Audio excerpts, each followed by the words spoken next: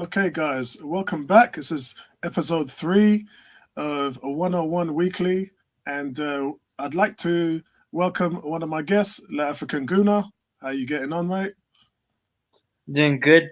Results are much better, so much happier these days. Still I not there yet, but it's a slow progress.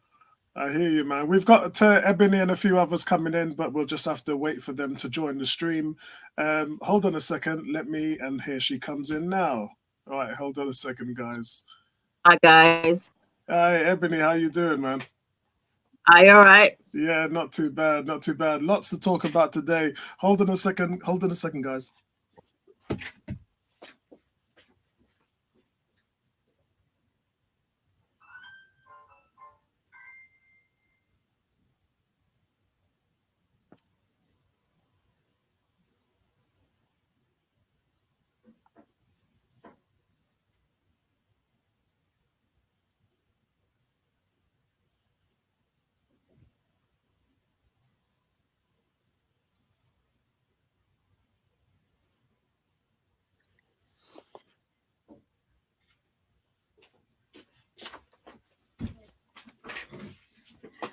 Excellent. Right. It's good. Good stuff. Right. Headphones working fine and everything. So, guys, how are you, Ebony? Good?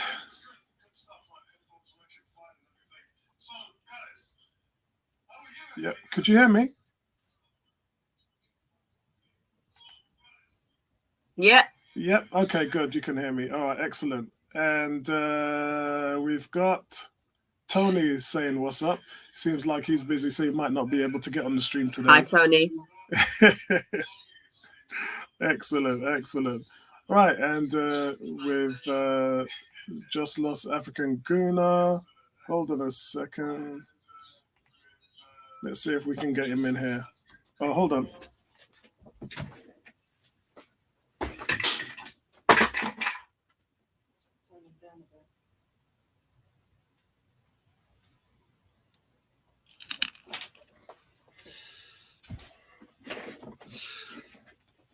Right, okay, we're good. I think we've got him back. So, let's see if we can get him in. I think he just dropped out for a second. So, guys, I just want to start off with the Palace game. And the draw, it says someone's got a delay, echo, and it's not African Guna. Right. I don't think it's African Guna. I'm not sure. It won't be me because I'm now using my headphones, so I won't be able to. I'm not struggling for that as far as I know. But yes, not me, is it? Ebony, what did you think of the Palace game? Well, I thought the first half was a bit the first half of the first half was good, in my opinion. The urgency was there. And then for me, we kind of dropped off a little bit, But Lacazette Aubameyang scored a really good goal. I'm not quite sure what happened in the second half, and I'm not quite sure. And I still have to watch back the sending off, or why Aubameyang was sent off. Apparently, he could have actually broken his leg or broken the guy's leg or something like that. I need to watch that bit again, because at first I thought it was a bit unfair, but then I need to kind of watch it again. But the first half is good. Okay, and African Guna's come back. He's back here. Right, can you hear us? Yeah, you can hear us now. I'm being because internet just being lucky. Okay, Ebony, can you hear us? Yeah. Okay, good. Excellent. Right, African Guna, what's your thoughts on the Palace game?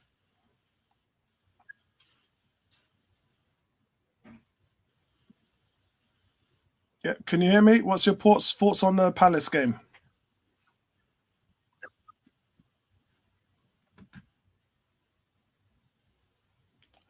Don't think you can hear me. All right, okay. All right, let me give you my thoughts on the Palace game first. I thought overall it was something that Arteta would have been happy with. As I said in my player ratings, it was a tough game. Once the red card came in, it's really an uphill battle after that for the guys.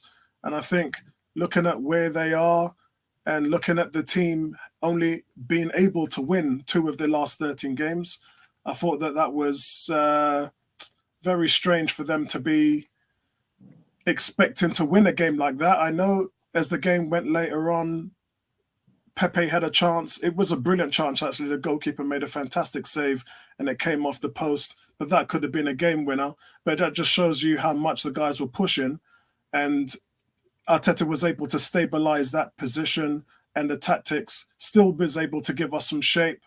And I think that he would come away with that, a little bit angry that we didn't make use of our possession in the first half. That first 25 minutes we were dominating. But after that, I think he would have been a little frustrated with the first half.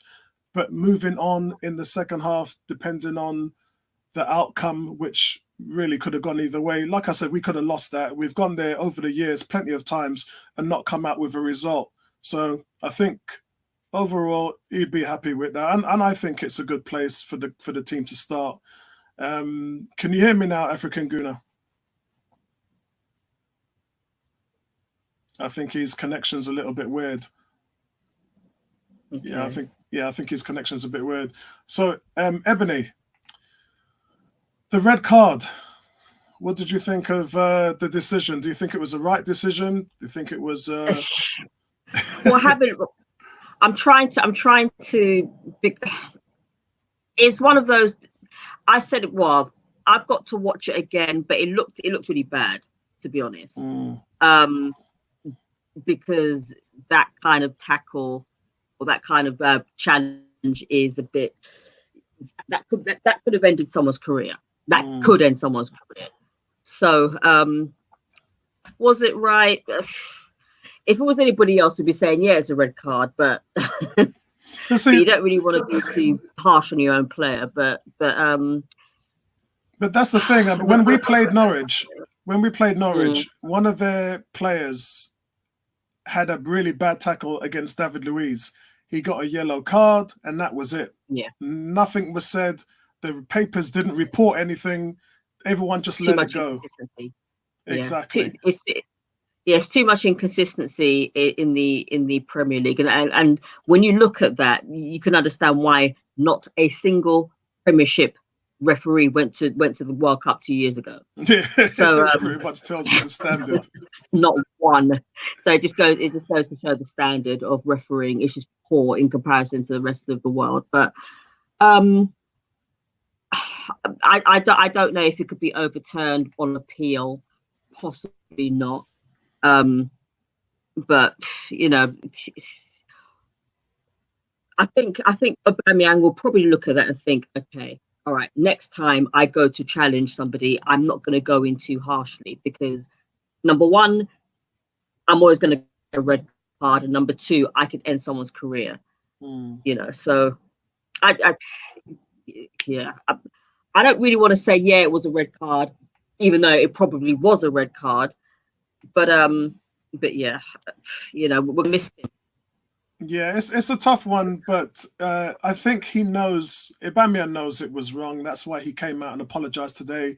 Arteta knew it was wrong. That's why he also came out and said, look, we're really sorry for what happened. It's not something that we tell our players to do, and it's unfortunate for the player. But in the mix of things, I think that this brings on to a massive topic of VAR itself.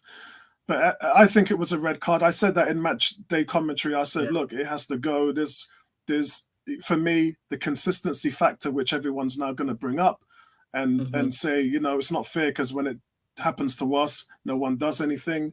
And I think that's where everything is wrong. It's not VAR as far as I'm concerned. And that brings us on to the VAR topic. Is it working? In my opinion, as a long follower of the NBA, the NFL, other American sports, and it's in cricket as well, it's in rugby, it's been in various sports. In fact, the biggest sport in the world, football, is probably the last sport to have video replay evidence. You know, it's funny, isn't it? With all the money in the game and the biggest sport in the world. The thing is, the thing is, when you look at VAR in Europe, they seem to have somebody in a room by the pitch, and the decision comes within seconds. Over here in this country, we seem to have a room well away from the pitch. We have to wait 2-3 minutes, which is time wasting. Yeah. I don't see why, taking into consideration how much money the Premiership generates, I don't see why they can't have a central room where the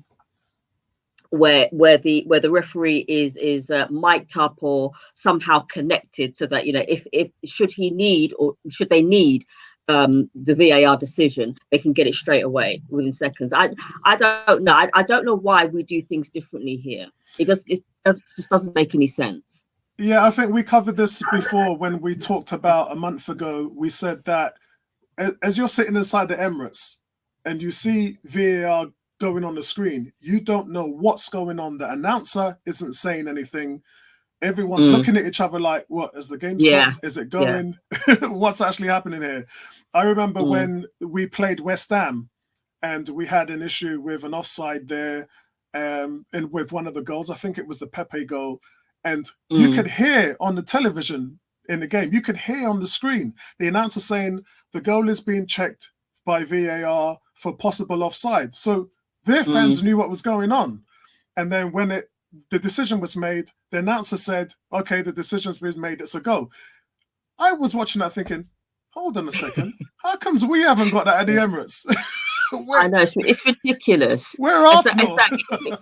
If you're going to have VAR, as far as I'm concerned, if you're going to have VAR, every single stadium in the entire country in the Premier League, there has to be a room somewhere where somebody or 2 people, 3 people are looking at these screens to check.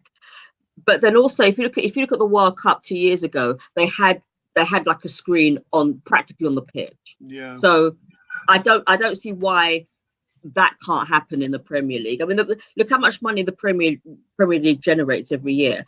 I'm sure there's enough money for every single pitch side to have a screen, so that the referee can just run over.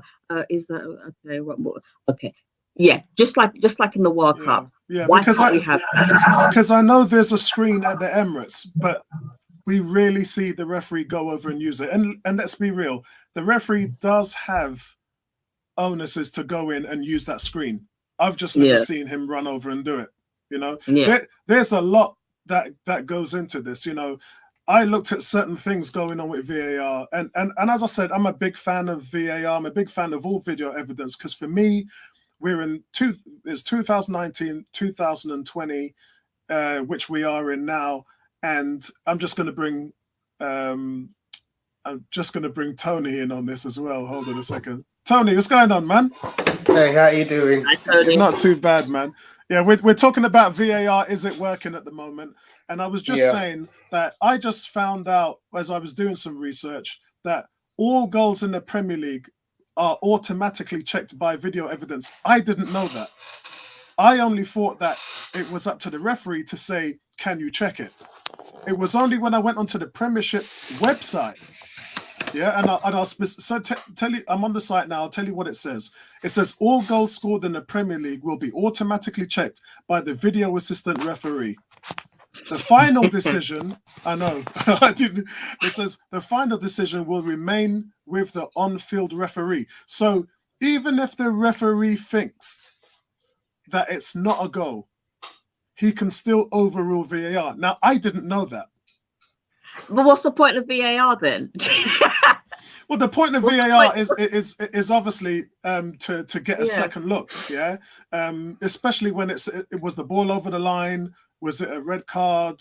Was it an offside? You know, those specific things have to be checked. So basically, the ball could go over the line, but then the referee can easily turn around and say, "Nah."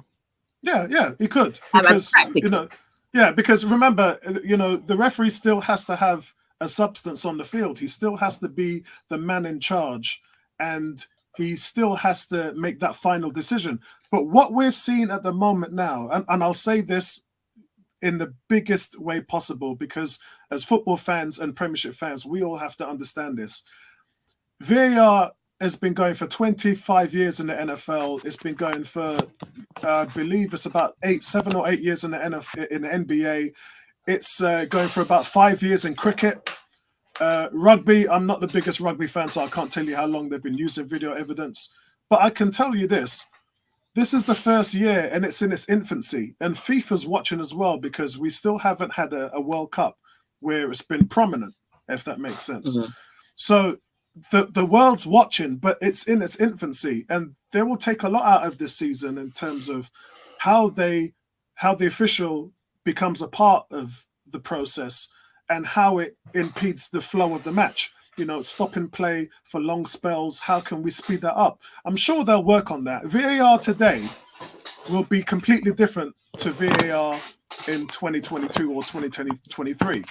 So that's the only good things I can tell the fans out there that are listening. By the way, big shout out to everybody in the chat at the moment. Big shout out to James, that Bullion show. Yeah, I hear you, bro. But I think it's just going to be something and a process that the FA has to learn. Because remember, there was a lot of people that didn't want this. But with the new Sky deal, there's so much money in the game, you just cannot afford to get it wrong. Yeah? Like I said, you know, I don't understand why, you know, if you're going to have VAR, which can go in one's favor and can go against, but if you're going to have VAR, then you're going to, I personally would like to see that screen at the side of the pitch. Just like it was in the World Cup. It's there at the Emirates. It's there at the Emirates. The referee just doesn't use it. And I wouldn't mind if it's the referee, but the fourth official who's standing in between the managers, he don't even use it. It's crazy. Tony, you know what? So the thing I'm going to say in relation to VAR is that it's in its infancy here in the football environment, and as you mentioned, Apollo, it's already been years in a number of other big sports, especially the NFL. And it's interesting that we're in the playoffs, where, you know, I've spent the entire weekend watching the NFL playoffs, and, you know, they still get it wrong. Yeah, you know, and there's a lot of referees, and there's a multitude of cameras, and you yourself know that they've instigated a lot of law changes year on year within the NFL for safety reasons, for adjudication reasons. We know things have gone wrong where players have been miscalled, but still, to this day, it's still getting called wrong on certain calls. Yeah. So the one thing that I think I have the benefit of is I've seen the Aubameyang tackle over and over again, and I can consistently say it's a red card offence. Yeah. Okay, he didn't mean to do it, but it's a badly timed tackle. It does cause potential more damage to the player than it actually does, and I can't knock what the decision is. The issue with whether VAR is working for me is the inconsistency, and particularly the offsides decisions, because we're getting that picture consistently now where the player, his armpit is in line with the line.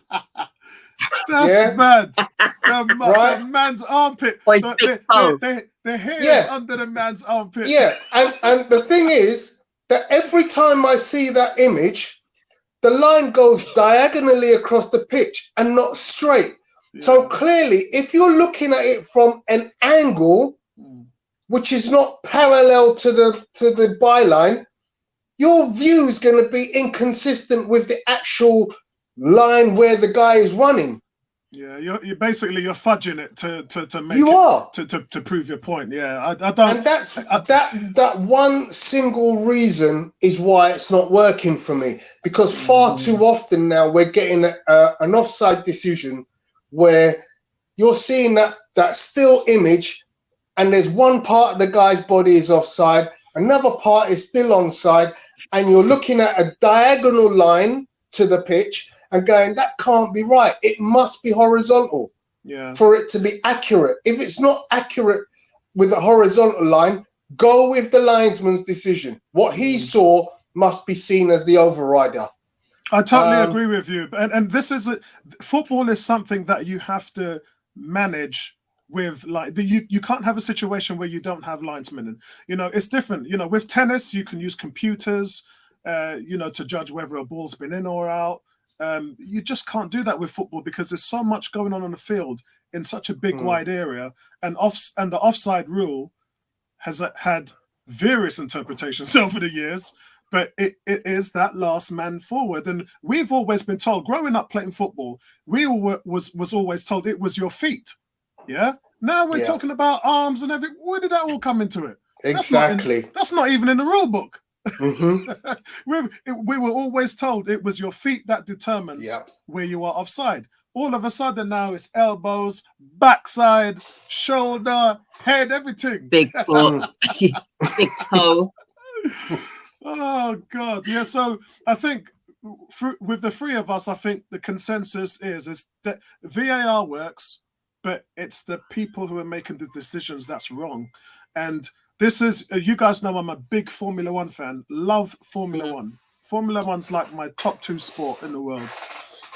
And they have the stewards in there making decisions when cars collide, and you know, on any of the dodgy stuff on there. And they were getting that wrong for quite a while. And it until they decided, look, the only people that will know whether things are right or wrong is ex-drivers. So now they've got a pool of ex-drivers that are sitting on a panel making decisions.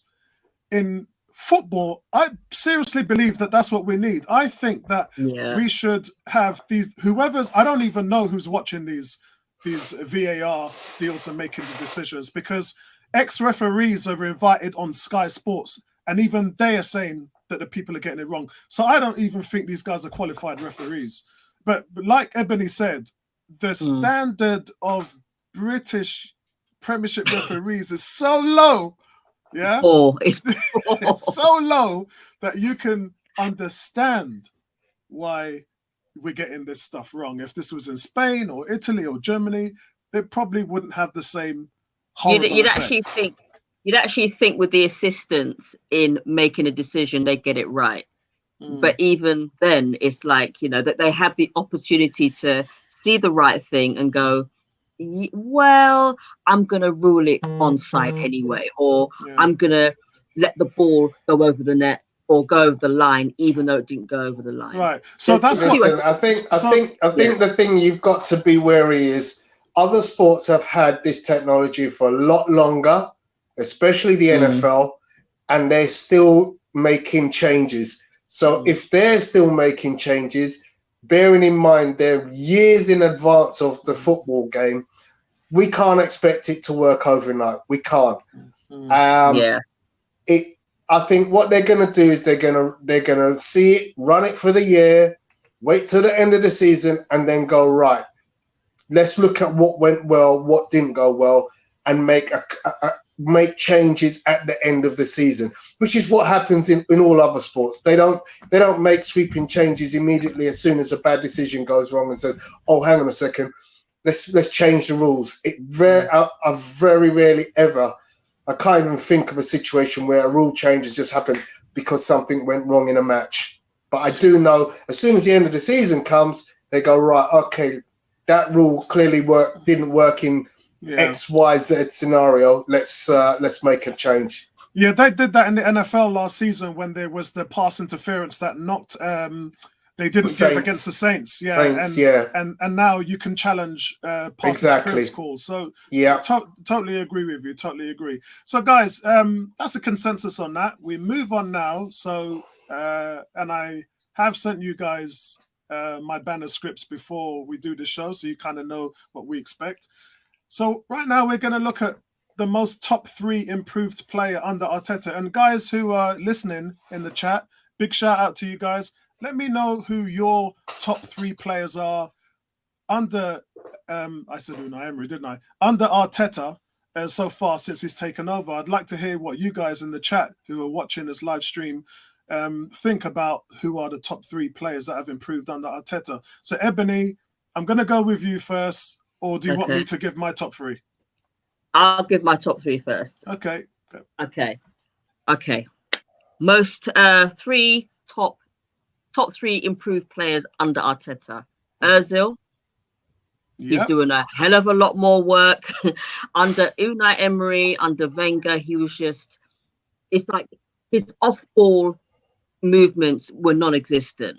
On the ball, he was great, but he didn't know what to do with himself when he didn't have the ball. Now he's running into spaces, almost as if it's almost like we've got the old Ozil from Real Madrid, where he was running out of space into Spain. 100%. So under Arteta, maybe Arteta needed to be that person to say, look, you need to do that.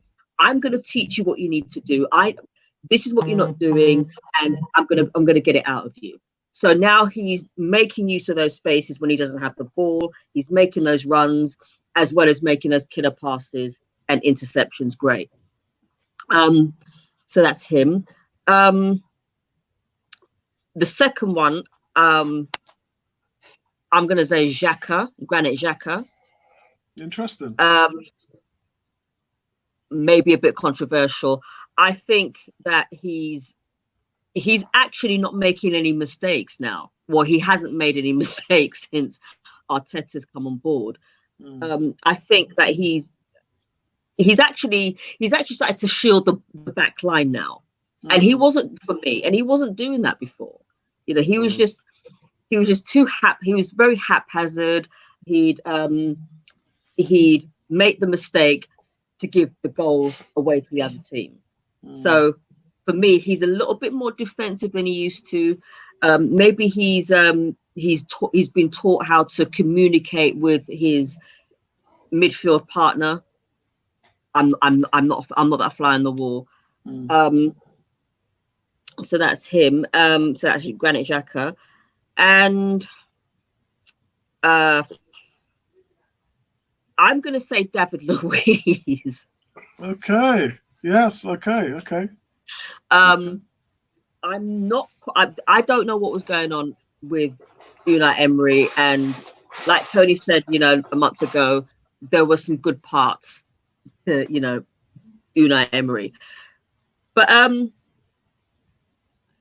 David Luiz is actually defending a lot better than he did when he was playing for Brazil. He probably still does play for Brazil. He's actually defending quite well. Beforehand, when Unai Emery and Wenger were managing, he wasn't defending from the halfway line. He was just in no man's land. It's just, what do I do now? Oh, let me just make a mistake. But I don't know. I just think that he's actually learning how to defend again, and he's actually intercepting a lot earlier than he did under Wenger and Emery. Okay, Tony, do you want to go next, or do you want me to go? You go first. Okay, all right, brilliant. So my third player is Ozil, for many of the reasons that Ebony talked about. But for me, and I think knowing the player how I do, studying him how I do, and I've studied him a lot, he's always been a solid player. Even when people thinks that he's not doing anything, he's actually playing his defensive way, which is how they're taught to play in Holland and Italy. And you hear me talk about gaps in my video, and that is that certain players are supposed to manage a part of the field. Instead of making tackles and running into tackles, what they do is they close off the passing lanes. I've explained that in my videos before. Ozil's a master at that. Most times, this is something that, because we're not taught how to play that way in England, many people who are Arsenal fans, they just don't see that. But keep your eye, and sometimes just watch what he does. You'll see that when the ball is being attacked his way, there's no lanes. He's closing them off. It's like Piggy in the middle. He's standing and closing off a passing lane, and the player with the ball has to play it back. Yeah, that's almost as good as a tackle. in that respect. But that's how they're taught. So I think Ozil is definitely stepped up, but the intensity and the respect is the two key things right here. The intensity of his game has stepped up big time. He's just working so much harder. And remember, under Wenger, it was shown he was running as much more kilometers than anybody in the team. Those statistics have already been sent out. Here, he's back to that level where he's just committed. And that's because he played with Arteta. He's got a certain respect for Arteta. The team didn't win a trophy for 10 years. When Arteta came in with Cazorla, that midfield saw us win back-to-back FA Cups. We were successful with him. So I think Arteta's been able to kickstart Ozil's form again just by the intensity. My second player is David Luiz, again for the reasons that you've explained. David Luiz, and again, I'll simplify this in the best way I can. When a team is not balanced and has poor shape and has no structure and poor tactics, what happens, and footballers know this, and if you've played football, you know this, what happens is you tend to overcompensate for people who aren't doing their jobs. And what that does is it gives you poor positioning. It strings you out of where you're supposed to be. This happens with another player a lot, which is Guendouzi. He's more or less trying to do two people's job, and you can't do that in football. And a lot of what David Luiz was doing in the first part of the season was just that. It was overcompensating. It was very undisciplined football. Now we're seeing David Luiz play very disciplined football. What he does is smart, he's savvy, he's a wily old fox, and seriously, he's been man of the match for 2 out of the last 4 games. So that needs to tell you all you need to know. But here's my number one, and it's not Pepe, because although Pepe's improved and he's starting, he's working hard in training, he's earning his spot, his time will come, just like what happened with Raheem Sterling at Man City. But my most improved player under Arteta is Maitland-Niles. Now, This was a guy who got literally booed off the field twice, demoted to the second team. As far as we were concerned as fans, his chance had gone. It was over for him. He was at that age where you knew whether it worked or you knew whether it didn't work. And you just said, all right, this guy's never going to make it at Arsenal. He'll be sold and he'll be gone. In comes Arteta and said, everybody gets wiped with a clean slate. So all them people who were struggling with confidence and struggling with their form and whatever, he's been the one that's grabbed the ball by the horns. I do the player ratings every week. I don't think I've rated them under a 7 once.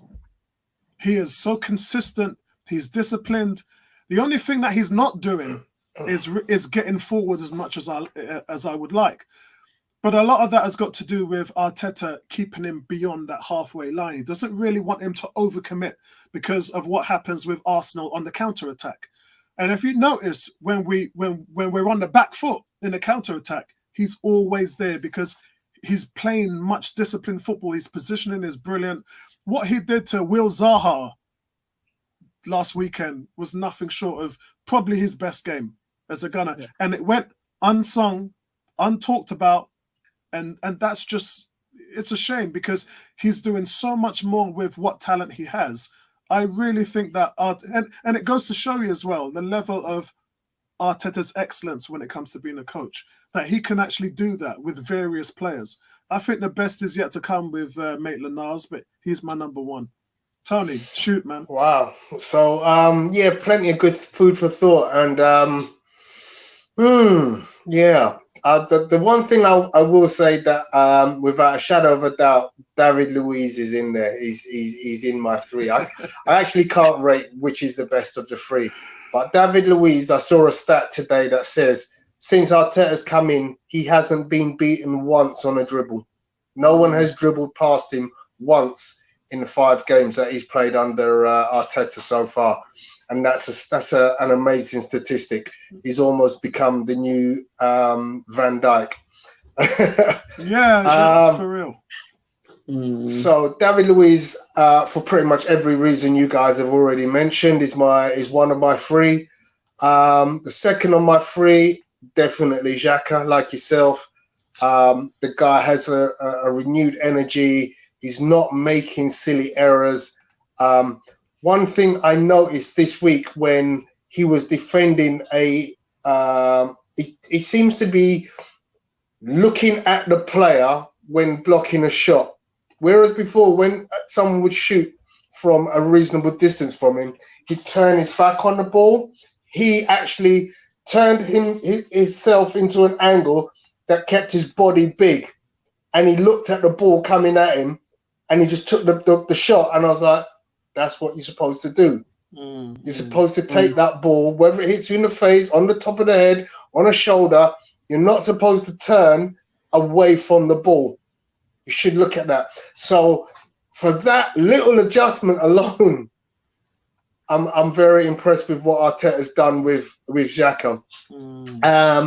And yeah, he's just not making rash decisions by way of positioning on the pitch. He's far more supportive of Torreira. So yeah, I'm very pleased with that. My third player, yeah, you're giving me a lot of good options. Hey, Ebony, we're rubbing off on him. Yeah. Because it's true. I wish I'd have gone last now. Just because the two of you haven't mentioned him, I'm going to give it to Pepe. Okay. Okay. I'll quite happily choose any of you guys' third option, but I'm just going to give Pepe a little bit of praise because he deserves it. He's working his socks off. He's still a dangerous animal, and I see him being what they sometimes call a franchise player. For me, this kid has got skills. He's got handles. You know, he's making people look bad. He's dropping them on the floor. In time, as he learns the pace of this league, as he learns to adjust his game appropriately to understand what people are going to come at him with, he's going to be fire. He's going to be fire. I know he can shoot. I think he's just working himself into a position where he starts shooting more. So yeah, I'm pleased with what I've seen under Arteta, excuse me, because already we're beginning to see him play more. Yeah. His fitness levels are improving, and I just think it's a matter of time before we see the very best Pepe. So he's my third player. Yeah, I just want to pick up on what the guys are saying in the chat. First, Jade doesn't agree. He's saying he hasn't improved. I think that there's a case for both. You heard me say I was going to choose Pepe, but I don't think Pepe's there yet. But what I will say, and I've always talked about, Pepe is dangerous. And the one thing we have to remember is Reece Nelson was the person that was starting in that position. And we all stood here and we said, if Pepe's going to want to earn that spot, it's going to have to work harder. So what do we think has happened in training? Why do we think Pepe started the last two games? Because he's definitely done just that. It seems like he's definitely shown Arteta in training that he's earned that spot. And looking what he's done in the games, it's been brilliant. You know, he scored last week. This week he nearly had a match winner. It was I thought he missed and it came off the post, but actually when you look at it closely, the goalkeeper gets a touch on it. T says he's definitely improved. I agree with you, T. The biggest thing though is that Arteta's got his arm around him, and you know, I mentioned Walcott today when in the player ratings, and Walcott was this. People used to call him a headless chicken and all this stuff. And Thierry Henry took him on the training ground at London Coney and taught him how to time his runs and when to make his runs. And for that Van Persie era where we were just going mad when it came to goals and assists. And Walcott had the 21 goals and 14 assists in 2013. And then obviously he had 19 goals in 2017 when all of our players was just going mad with Ozil back there. Walcott had learned to make those runs, and he was able to turn himself into a refined player. Pepe doesn't have that yet. Pepe isn't running into space behind the back line like Walcott was doing. Could you imagine if Pepe was doing that? Could you imagine if Pepe was beating the offside trap, darting behind the defense like Walcott did? You slip a ball into him, and all of a sudden he's one-on-one with the keeper. That's to come. Raheem Sterling wasn't doing that. Under Arteta, he started doing it. So I totally agree with the guys in the chat. I think, and I totally agree with you, Tony. He has improved, but there's so much more to come. Yeah. Reece in the chat is saying Torreira was also always a very good defensive midfielder. Is he just relishing being put back in his possession under Arteta? Yes. Definitely. Definitely. Yes. It just makes you think, you know, and I don't want to discredit Arteta, not Arteta, Emery or Wenger, but it just goes to show that they were wasting him. And if you play him in his right position, you can see what he could do. Yeah, so and, you know, and again, Reece is saying that's what everybody wanted, and we shot himself in the foot playing him at the 10. And remember, Reece, he was playing him at the 10 for a reason, because in his diamond, what he was trying to do was win the ball up high. So what he was essentially doing was taking a defensive midfielder, putting him at the top of the diamond to help win the ball back. Why that didn't work was because, first of all, Aubameyang and Lacazette weren't working as hard as Torreira at the top, so the winning ball back didn't work. Secondly, you're taking your best defensive midfielder player from a holding role and moving him up at the pitch, which is why we were leaking goals. We were hemorrhaging goals. We were letting in 2 goals a game. And Emery just couldn't see that. I just don't know why he was doing that. It's almost as if you're cutting your nose off to spite your face, what he did with Torreira. And yes, Torreira's in the right position now. We've not heard any update on his injury, by the way. Guys in the chat, if anybody has heard anything from that, leave some comments below, because I've been looking all through today and haven't found anything. I hope it's not too serious. Yeah. I agree. I heard it was a muscle problem, but I don't know what's going on there. Because we need this weekend. One of the things that in relation to Torreira and his position on the pitch is that we no longer have that situation where a midfielder sits in between our lines. We had too much of a gap between our front and back lines. And now with Torreira sitting where he's at, we've closed that space so that nobody's able to pick up the ball in between and just run at the back 4 or back 3, whatever's remaining. So, you know, Arteta definitely scores kudos with me for, you know, immediately picking up that error. And I think a few players have said, you know, once you get past the Arsenal press, you're in on goal. So I think, you know, we've stopped that. We've stopped that hemorrhaging of leaked opportunities straight away. Right. So in the chat, T is saying, "Are we going to address this Lacazette situation, please, guys?" I just want to start off by saying, you guys know I'm everybody's biggest critic and everybody's biggest fan. I wear my heart on my sleeve, and you guys only have to read my player ratings every week to hear what my thoughts are about each and every individual player. But for Lacazette, I've been going in on him hard over the last month, because he has been one of the most wasteful players that we have had. Even Arteta came out and said he could have scored 5 goals in the last 3 games. He's not hitting the target. He seems to be lethargic in terms of his fitness levels. But hopefully things are going to be changing. We haven't really seen that much yet. But in the last game, actually last 2 games, he's shown an improvement in his fitness levels. And I must say that Aubameyang 2 days ago did say, and this was, this was Friday, Aubameyang did come out with a comment on social media, and he said, "The one thing that I must say about the team now is we're much fitter under Arteta, and he goes, I think we can last the 90 minutes now. And that was evident in the last game where Lacazette literally played all the way through and he wasn't substituted off. Tony, you mentioned something about Pepe as well. After 60 minutes, Pepe used to be beat. Yeah. Now he seems to have more stamina underneath him. So only God knows what Arteta's doing with them at the London Coney, but they're fitter and they're kitted for the war in a sense. But for me, Lacazette has been wasteful. He's a goal scorer who's not scoring goals. And I believe 1 out of his last 13 goals has come away from home, which you guys know I've been bashing him over the head with over the last month. And he needs to now step up and provide goals again for this team. He needs to become that goal scorer. When was the last time he played a game where he scored 2 goals? I think it was a couple of months ago. But his goal return this season has been awful. Yeah.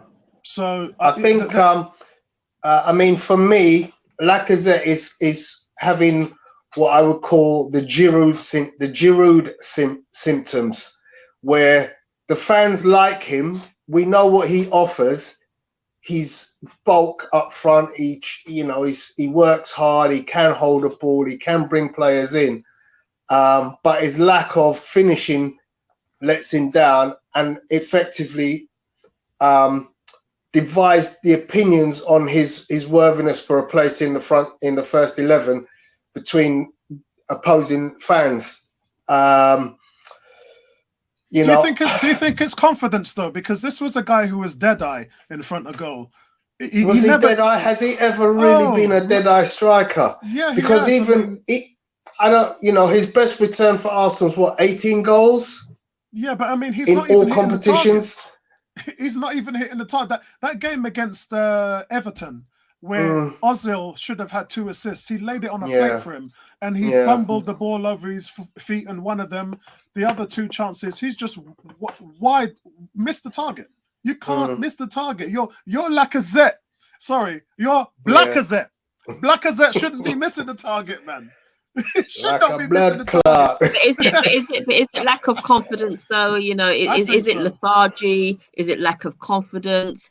Is he still trying to get used to the new regime under Arteta? Well, I don't know. I don't know. You know what, guys? I personally think Martinelli's going to put some pressure on him. But we talked about this last week, Apollo, where you look at a player's physique, and there's a difference between a boy and a man. Yeah, Lacazette is a man, and what he can do, we know Martinelli can't do. So Martinelli is your quick, speedy, gives you lots of different angles, gonna turn on a sixpence, whereas Lacazette isn't gonna be as speedy.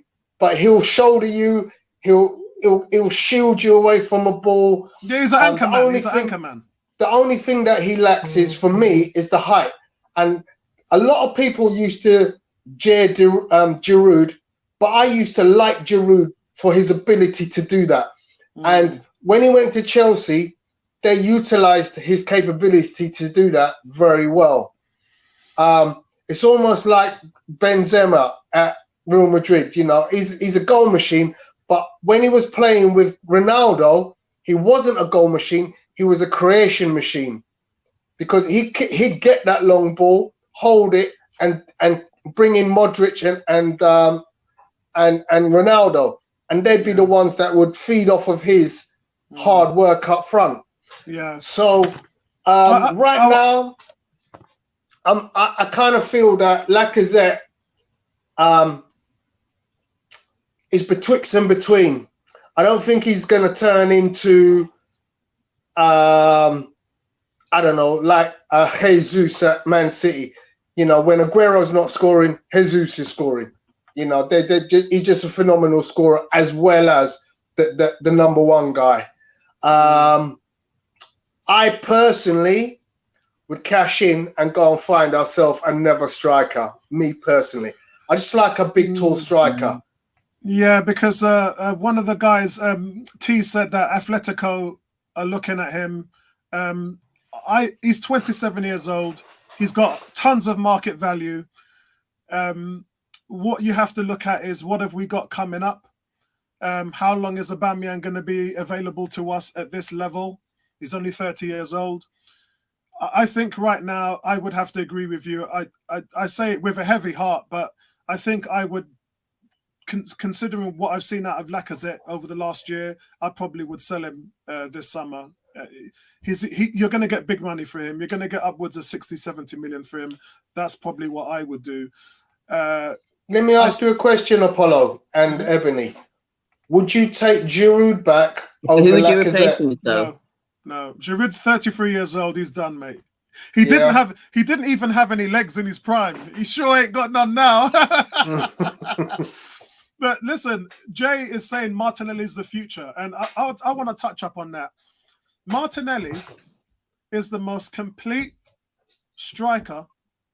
He's only 18 years old, but he's the most complete striker. He can play at the anchor. He can play on the left, in the right. He can play at the number 10. This guy, he's built. He reminds me of an 18-year-old Ronaldo, Cristiano Ronaldo. He's got everything. He's two-footed. He can head the ball in the box. There isn't nothing I've seen this guy cannot do. As far as the skill set goes, he's the future. Now, the most important thing that we've got to do with him is just not burn him out too much. Yeah, I was going to say noticed that. over the last two. Yeah, because we've noticed he's picked up these nagging injuries as we started to put more minutes onto him, and we need to manage that. Wenger was really good at managing that, and he learned from Wilshere. You know, he saw Michael Owen get Brock, he saw Jack Wilshere get Brock, and as Wenger started to, would that mean to say that you're in favor of the very common NBA saying, load management? I would. I definitely would.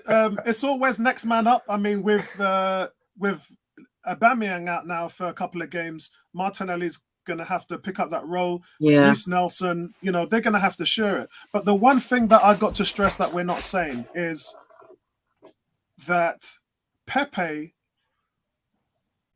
in Rennes was actually playing in the 4-4-2. He was a two up front striker. He was a false nine. And this is why I compared him to not making those Walcott runs. He needs more of that. We're not seeing him really getting behind and being as dangerous as he can be. Granted, he hasn't started that much. Yeah, he's only started 2 back-to-back games, and before that, 2 games in the last 11. So for me, I think it's a confidence thing. I think that Pepe is going to be strikingly good. Yeah, I really think so as well. I think so. I just again, you know, I don't want to see him burnt out, but then, you know, if you just, you know, start, yes, indeed start him, you know, because we need him to start. Yeah. The more minutes he has, the better he gets, the more experience he gets. You know, I remember a few weeks back, everybody was saying, well, not everybody, but people were saying that he was a £72 million waste of money. And I kept saying to people, you know, at the end of the day, not every player will hit the ground running. Give him time. Give the boy time. Let him start. We know what he can do. Therefore, give the guy a chance. And now look. So if he starts on, when are we playing Chelsea Saturday? So I think he needs to start. I think Martinelli would need to start as well, because we don't have Aubameyang. I don't know if I don't know if he could start with Lacazette. I don't know. Also, guys in the chat, who would you put as your front three? Obviously, Ozil's probably going to stay at the 10 in this setup. But who would you guys in the chat put as your front three strikers for these remaining few games without Aubameyang? I'd love to know from the guys in the chat who you guys would put as your front three. I think that, in my opinion, it would have to be obviously Lacazette. You've got to give him the chance to shine without Aubameyang. And I would go with Pepe, because you're not going to get anything from him if you don't play him. He's simply the best dribbler with the ball that we have on the team. He is simply the best set piece corner taker. If you look at every single one of his corners, Pepe is dangerous. On point. Yeah. Dangerous taking corners. His free kicks are fantastic as well. His free kicks are fantastic. This guy will get you goals. He'll get you assists. It will be sacrilege for you to bench him. So he has to play. And then on the other side, it's a toss-up, really, between Martinelli, Saka, and Nelson. And I probably would interchange those three players. I'd start with Martinelli, see how he gets on. But I would interchange them. And remember, look, the way how they're being asked to play, they're all going to play. Because Arteta's expecting you to give him a commitment for 60 minutes. Then he'll judge you on who needs to come off, who's worked hardest. And, you know, so that's how that's going to work. Reece has put Martinelli, Alba, and Pepe. I think you meant Lacazette and Alba because Alba's obviously out. Oh, there's an interesting option in Nektiah. Wow. Yes, I was going to bring him up. So big shout out to Reece. They're holding back his. I think the last I heard, it was going to be Bristol City, and then another team came in. And actually, this is the next topic we were going to talk about, which is loans. But I'm hearing that Arteta is holding him back for a few days to look at whether they are going to keep him. The problem with that is because Aubameyang's only missing 3 games, are you going to keep him just to play for the 3 games? And then what happens from February to May? See what I mean? So I get where Arteta's coming from. But yeah, good shout. Good shout, Reece. What was you saying, Tony? Yeah, I mean, obviously, when I saw Eddie Nketiah's name come up there, it made me think, you know, that could be an interesting scenario. Obviously, what Arteta is doing is he's taking an opportunity to view Eddie Nketiah at first hand in training and see how he integrates in his system. And it would be interesting to see, you know, whether he feels confident enough to, you know, even give him a place on the bench. I think his best, he's best going to be at his best. He's going to be given a bench place. I don't think he's in a position right now to start, but certainly if he's given a place on the bench, then he's the kind of guy that, you know, can liven up our front four with his abilities. So yeah, it's going to be interesting. And T is also saying that Aston Villa is in for Nektiah as well. So I heard some rumblings on that. I'm not sure how that will impact him as far as his playing time will go. Because look, Villa need a striker. They do need a striker, and as I said, this is our next topic. Our next topic is actually Arteta's loans. So I just want to put that banner out there. We wanted to talk about the loan situation. It's not going to be a long topic because I believe there's only 4 players that we're looking to send out. But going back to that comment as well, here's the deal. I looked at, first of all, let's run through the loans. Emil Smith-Rowe is joining Huddersfield. John Jules is going to Lincoln City. Mavropanos is going to FC Nuremberg, which is actually in the 2nd division in the Bundesliga.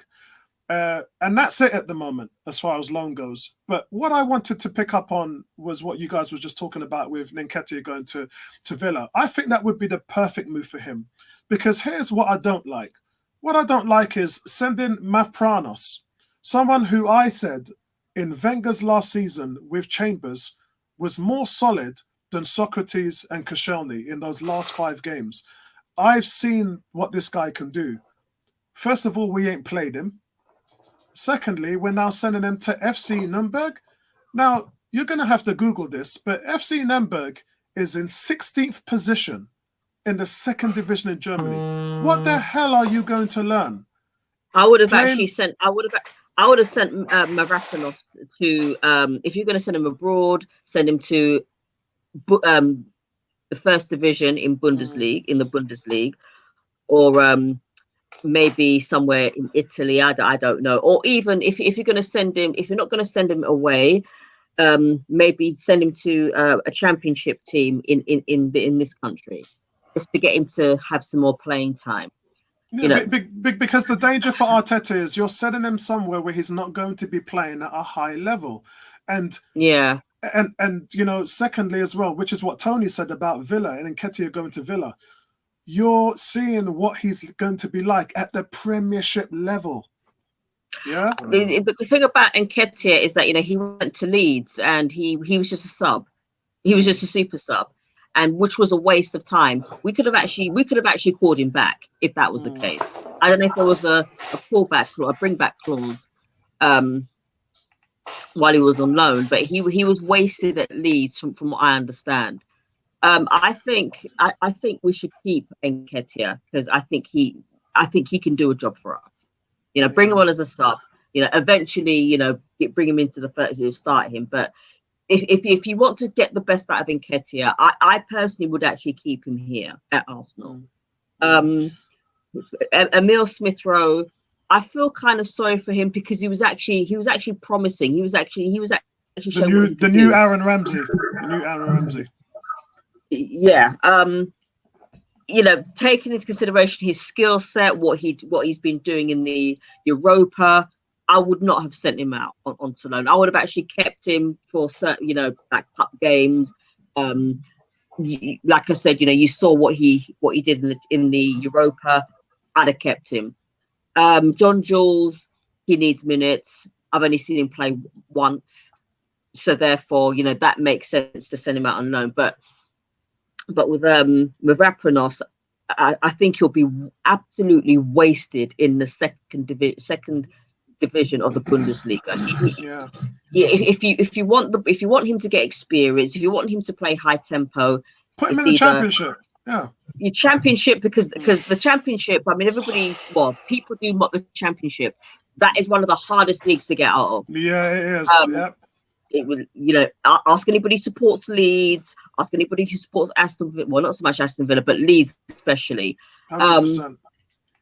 You know, so yeah, send him there because it is a tough league.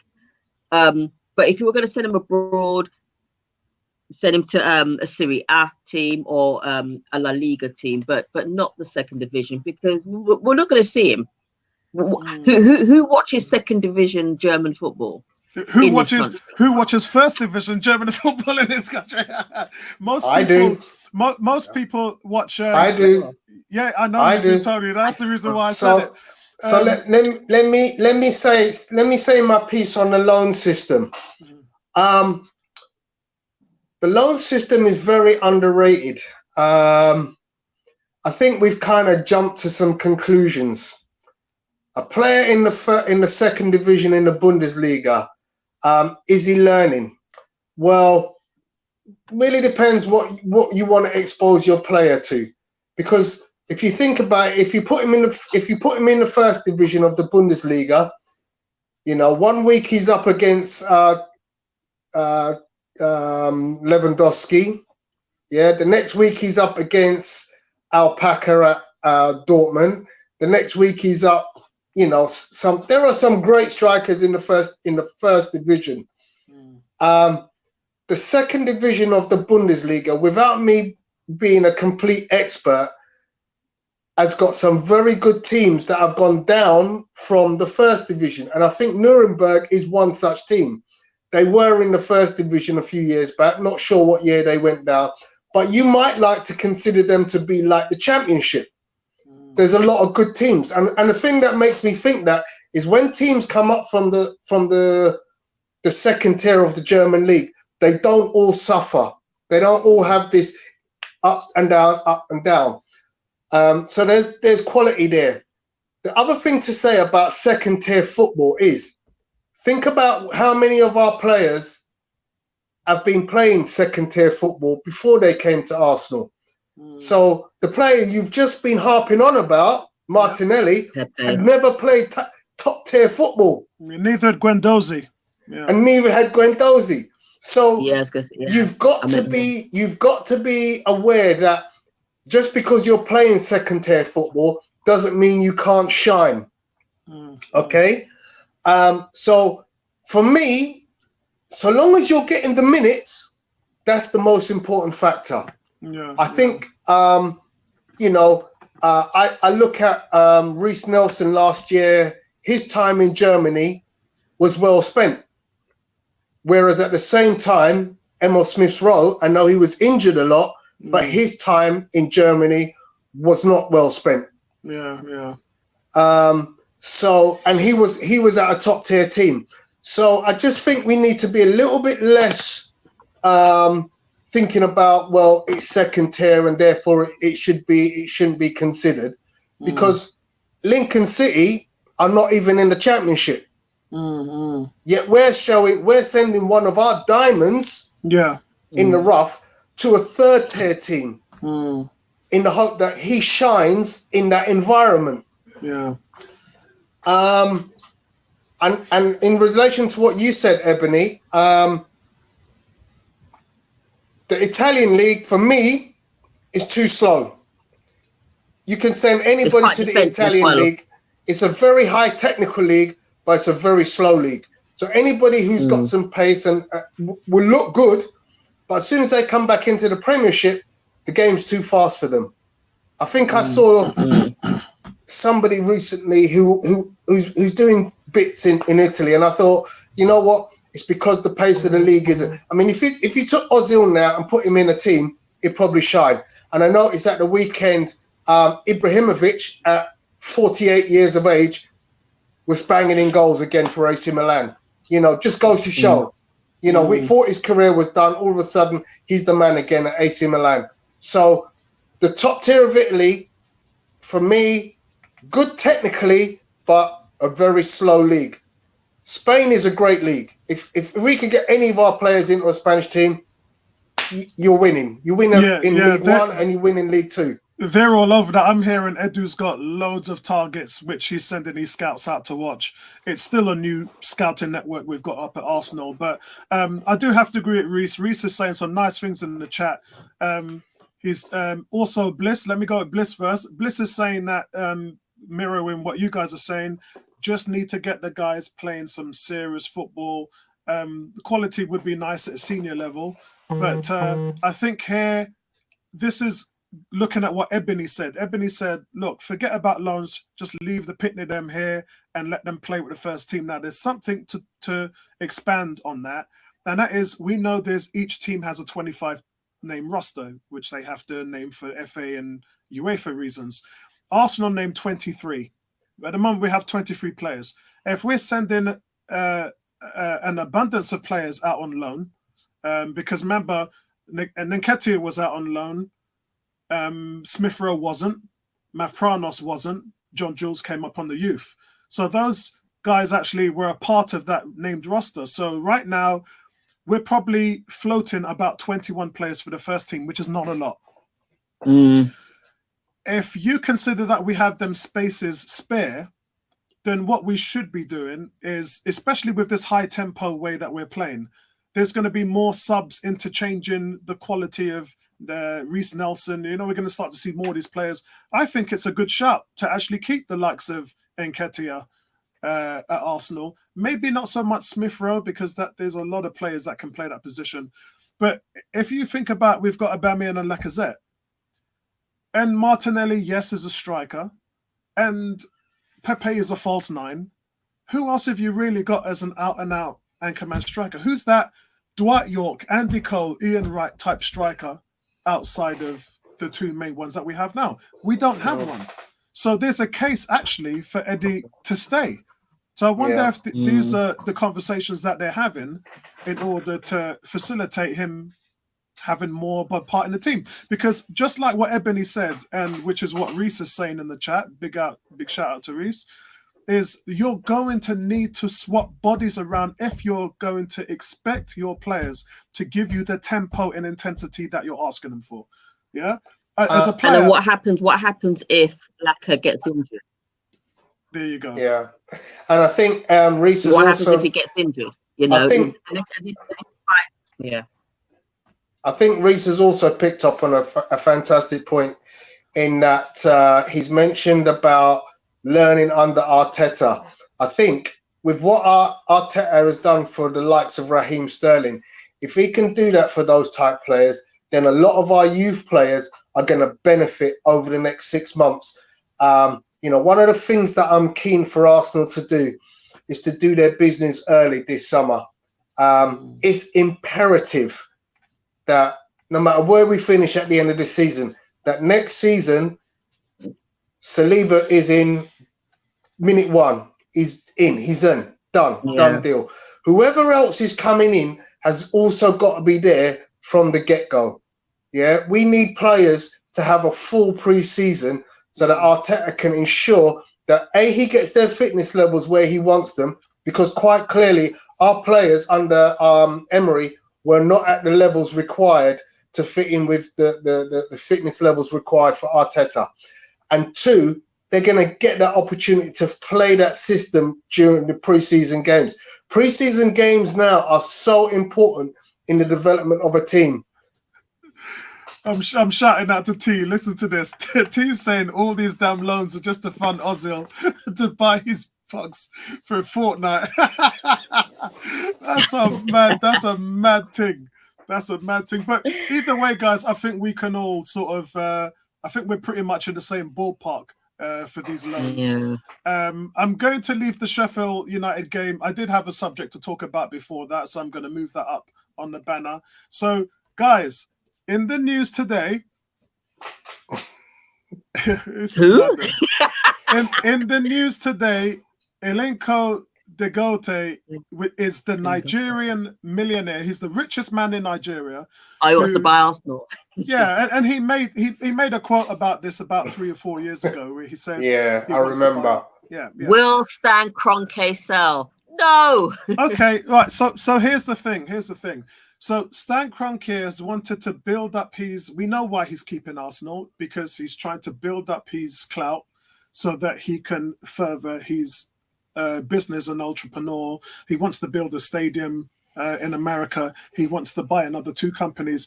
Having the backing of all of this wealth will help him do that. It's as simple as that. Arsenal to Stan Kroenke is just a commodity. Business. That's all it is. It's just business. Yeah. And anyone in that respect will know that. We can shout Kroenke out as much as we like. I always talk to everybody on 101 on a business level, because I know that sometimes fans don't look at it like that. In regards to this guy, he's an Arsenal fan, and he's a very rich Arsenal fan.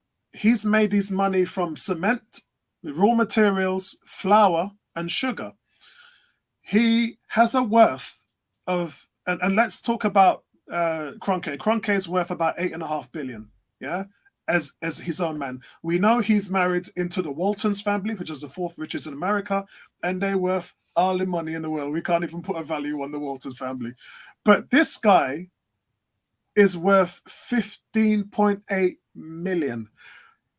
billion. He's nearly twice as rich than him as Stan Kroenke, to the point where when he made the first inquiry about Arsenal was worth about, this was in 2017, it's only 3 years ago.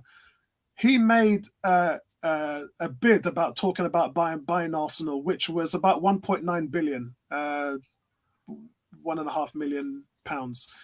And that would have only taken up 8% of his, of his wealth. That's crazy. That's insane. Buying a club for 2 billion would only take up about 8% of your wealth. I mean, seriously, I think that depending on what he wants to do with Arsenal will bring me on board. Because look, you guys know me. I'm an Arsenal fan, but I'm an Arsenal fan with a brain on top of my shoulders. I know that you cannot do what Abramovich did, buy a club and throw $500 million at it, Sheikh Mansour, Manchester City, buy a club and throw $1 billion at it, and then get success. That doesn't happen anymore. Why? Yeah? Why not? Why not? Yeah. Listen, financial fair play means that if you're going to spend... Means nothing. Hold on, Tony. Means nothing. Tony, hold on a second. Go on. If you have a person who's worth 15.8 billion and you want to throw $1 billion at the club, you need to show that you're bringing in £1,000,000,001. Yeah, but would Arsenal be an attractive proposition for players to come in? Because yes, we've seen Man City throw money, and we've seen Chelsea throw money. We're seeing Liverpool, well, to a certain extent, throw money. You know, with this new wealth that Dangote has, you know, with this, it's not newfound wealth to him, but I mean, it is to us. You know, would Arsenal become that attractive proposition for players to come along? You know, would we be able to buy the best in the world, as Man City have done, as Chelsea have done, as Barcelona have done, etc., etc.? I think it would, but as I said, we have to stay grounded here. We all have to stay on the same page, and we've all got our different opinions on the state of play with the money, but rules are rules. And financial fair play says you cannot spend beyond your means, whichever way we want to look at it. And as I said, but there's Tony, ways around that, Apollo. There's ways around that. What you got to understand, look at Real Madrid, look at Barcelona, look at Paris Saint-Germain. They're buying players for £300 million. But you can't talk about those teams because Real Madrid has a TV deal that's 3 times bigger than ours. We can get that. So all you do is you just create a station and you pay Arsenal the money. Yeah, but that's what Manchester City did, yeah, is they own 12% of Etihad, the company. Right. They got Etihad to sponsor them 300 million. Yeah. When they were being reprimanded by UEFA for financial fair play, Etihad just said, you know what, instead of the 80 million, let's give them 300 million. It's a stupid figure. But all it does is it means that no one can touch you as far as financial. Exactly. So there's a way around it. Everything you say is incorrect because there's always a way around something. You look at the deal that Barcelona but Kroenke won't do that. He won't do that. That's why we're saying get rid of Kroenke and let somebody else have the race. But in all honesty, I know the way that Arsenal are, and I just don't believe that any. You know, listen, Alisher Usmanov has more money than Kroenke, and he's been marched out of the club. So as far as I'm concerned, whoever comes in now has got to look at that and go, well, if he didn't do it, what makes me think I can do it? So I'm writing that off. That's a no-goer. So you would take him in a heartbeat, Tony? Anybody who is a fan of football and wants to see Arsenal ascend back to the levels that we were previously knows that there is an urgent need of huge investment in order to attract the very finest players in the world. You ain't getting Champions League, which is what we ultimately would want, on baked beans money. I'd say Primark money, but yeah, baked beans works as well. Yeah, you need caviar. You need fine quality ingredients in your recipe. I think so. In regards to, because there's a certain ethics that Kroenke works with, and that's why he won't do what you're asking. You have to have a company first of all, and then you have to have that company sponsor the team that you own for as much money as possible, and that's how you beat the system. So in regards to Dangote, he owns, I believe it's Dangote Cement, which is the company he owns, and it floats for about 45 million metric tons annually in 10 countries in the world. Yeah. And that has a 30 billion a year turnover. I mean, the funny thing is when it comes to sponsorship, I look at teams in the Premier League and I can't even understand the names of half the companies on this part of the shirt. Because some of them are in Chinese, some of them are in Arabic, and some of them are in other languages, which I don't even understand. And I'm looking like, who the hell is that company? And how are they benefiting from paying this club all this money to have their name emblazoned on the front of the shirt, and we don't know who they are? I mean, you know, every Arsenal fan didn't even know where Rwanda was until they suddenly became the sponsor of Arsenal. And it's like, hang on a second, what the hell's that?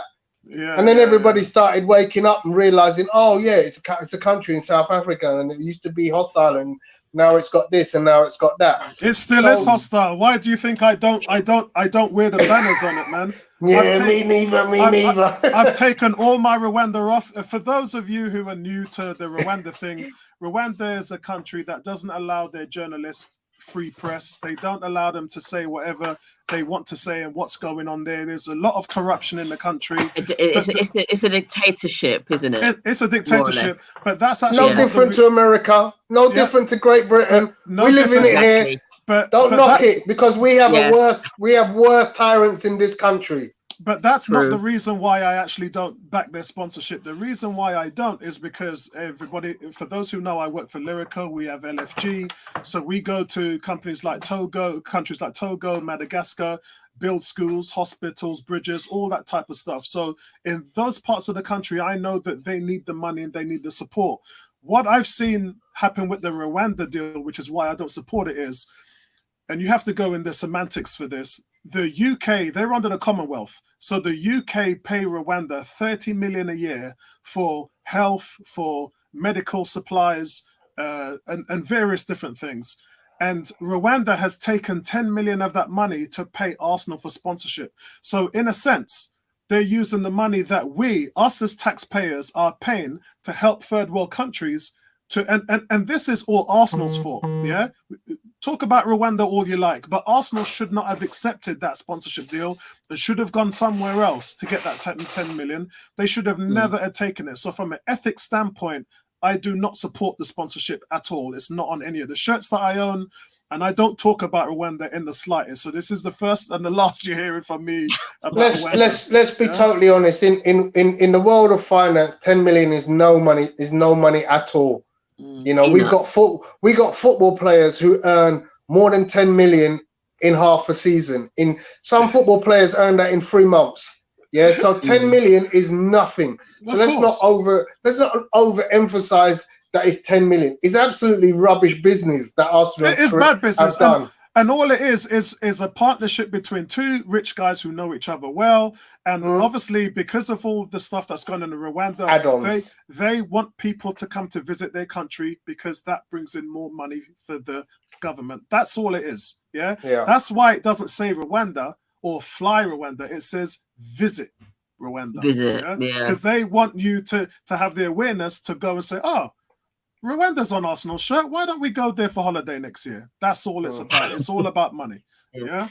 So listen, where were we? So we were talking about, would you do this deal? Tony, you said you would do the deal and let him buy the team.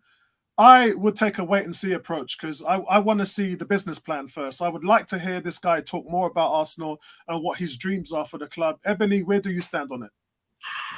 Well, what does it say? I will buy Arsenal next year, practically. Yeah. So basically, 4 years ago, he made a quote to his chairman and his board to say, "I will buy Arsenal in 2020." But now 2020 has come. His board are turning around, looking to him and saying, "You said that you was going to buy the football club, yeah?" And so he's had to make a statement to say what he's doing and what his dreams are. That's the reason why he's come out and said, "All right, I'm going to buy them next year." That's what. All right. Well, okay. Here's my standpoint.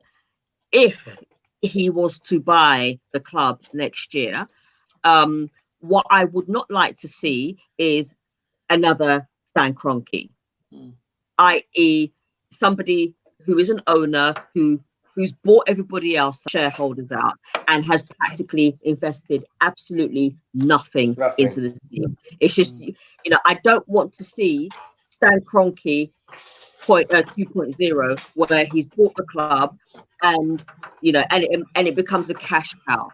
Yes, he's a billionaire, just like Kroenke. Yes, he's richer than Kroenke, but if he's going to buy the club, I want to see him do what Alisher Usmanov was going to do. And that was to invest in the club, because we all know that Usmanov wanted to. He loved Arsenal. Yeah, but he was a crook. That's the reason why I didn't want Usmanov. He was a crook. Yeah, Okay. that's the only reason why I did. That's one of the reasons why when we're talking about this Nigerian, the reason why I mentioned his business is raw materials, cements, flour, and sugar, is because we know his money and his business model, which has gone through the authorities. By the way, it's Tony's doing that, yeah. But we know it's gone through the authorities. We know how these billionaires can make a deal look good. Of course, but we also know the likes of Usmanov as money and wealth has come through the Russian mafia. We also know know that Sinawatra, who bought Manchester City, they're in jail now. Yeah. So the one they call Frank Sinatra. So we've got to be careful. And Reece summed it up here by saying, "Stan is the devil that we know. Imagine something worse." So that's why I'm saying to you, I want to know more about this guy. I want to hear him talk about Arsenal. I'd like to. Yeah, I'd like to get to know him. I'd also like to know what he's about, why he wants to buy Arsenal. That's the main thing, because it's all well and good saying, "Oh, billionaire, they want to buy Arsenal," but what's the story behind the story? Who is this Dangote? Dangote, who is he? Yes, all right, okay, his money is in raw materials, but what's the story behind the story? That's what I don't want to see is an Usmanov or any kind of crook. And we can also say the same thing about Abramovich as well, because he's not kosher either, So that's what I'd like to. That's my standpoint. I think the one thing I can add to that is that in my research, I know that the likes of Abramovich, Stan Kroenke, these guys were born into rich families or married into rich families, and they didn't create their own wealth. Whereas, these guys had made a standpoint where they had nothing, and then all of a sudden they're billionaires. The difference with this Nigerian is he was born into a rich family, so we know that the money was already there. And what he did is he took a portion and then he built it into the biggest empire. What he was born into was less than peanuts compared to what he's turning over now. As I said, his business, he employs 30,000 people. And he's turning over 30 billion a year in his company. So he's done well for himself, which is strange for me to say for a Nigerian businessman. But he's done well. But why? But there's loads of them. There's the fastest growing economy in the world. Of course. And for those people who don't know, their population is 140 million. It's twice as big as the UK as far as the people in Nigeria. So listen. I just want to see more from this guy. I want a business plan. I want him to sit in front, if he's serious about doing it, sit in front of the Arsenal Supporters Club and tell us why he wants to buy Arsenal. And what's your long-term plan? Also, what's your roadmap? And also, don't do what Stan Kroenke does and don't turn up at any meetings. Don't not turn up at any meetings. If there's going to be, if you're going to buy the club, at least then have because I understand that with Stan Kroenke, he doesn't have to have a board. So because he owns a club, there doesn't have to be any board meetings or anything like that. So I'd like to see I'd like to see a thing whereby the new owner, as he wants to be, to have regular meetings with the fans and explain what direction he wants the club to go in. Yeah. Because Tony, come in. Tony, come in. Tell me what your thoughts are on this. Yeah, I mean, it's all about due diligence, isn't it? At the end of the day, I want Stan Kroenke out of our club as much as pretty much I think most people do. We've seen a slow decline in the ambition of the club over the years, and that's the reason why today I don't have a season ticket, because I refuse to pay into a guy's pockets who has no ambition to take the club to higher heights than what I've experienced as a fan of the club for the last 30-something years. So yeah, it's all about due diligence. Obviously, making sure that the money isn't dirty money, making sure that the intentions are right, making sure that the vision is correct, making sure that the plan of action is honest and is capable of being done. I'd love to see someone who could come in and finance us to the tune like, we see other teams getting finance now. Leicester are doing big things because they have had that huge surplus of money coming into their club, and a lot of other teams are doing things that we can't. I look at transfer dealings and I'm like, why are we having to do all these deals on installments? Well, most teams are doing that nowadays. I understand that, but do you know what? I bet you if we went to a club like and said like, okay, you want 72 million. I'll tell you what we'll do. We'll give you all of it up front, and it's going to cost us 60 million. Yeah, we used to do that. Arsenal was one of the last teams that. But we can't afford to. We can't afford to do it. That's the simple, short, and tall of that. I understand if it's like, look, it's 300 million pound worth of player, and we have to do that in installments. Yeah, we have to. But there, some of the money that I see now, Arsenal trying to get deals for 30 million. I'm like, really? 30 million is our take-home revenue for a few games of football. It is. What I mean? But again, this comes back to where we need to talk about Edu and Edu's role in the team as a technical director. He has to find those Martinelli type players. We look at 30 million and we see Xhaka, we see Mustafi. That's 30 million. Yeah. Yeah. Look at Liverpool. 30 million is Firmino, Sane, Salah. Yeah. 30 million for Liverpool is gonna win them a title. Yeah. Spending that kind of money on players is gonna win them the Premiership title. But with Arsenal, do you know what it's done with us? It's taken us out of the top 4 and put us into mediocrity. Because we've been shopping in Primark. Yeah, that's we've right. We've been shopping in Primark for years. That's right. Because since we've had Mustafi and Xhaka, we have not finished in the top 4. Exactly. So it's what you do with the money as well. Yeah. I was going to say, it depends. It really boils down to the scouts and the type of players that the scouts find. Whereas Liverpool, right now, Liverpool are more of an attractive proposition for a player because they are Champions League winners. They're the best team in the world right now. So they're more likely going to. So the best players will more likely go to Liverpool than come to Arsenal. But like Tony said, and remember, a lot of these players went to Liverpool when they weren't even in the Champions League. Yeah. But they were still an attractive opposition. Oh yeah, they're Liverpool. Yeah. They're Liverpool, but they weren't even in the Champions League when they got these players. So Kez, thanks Kez joining us in the chat. He said African billionaires' money is just as good as anyone else's who has a legitimate funds, but it's about what the people's interests are in the club, and this is what all three of us agree on.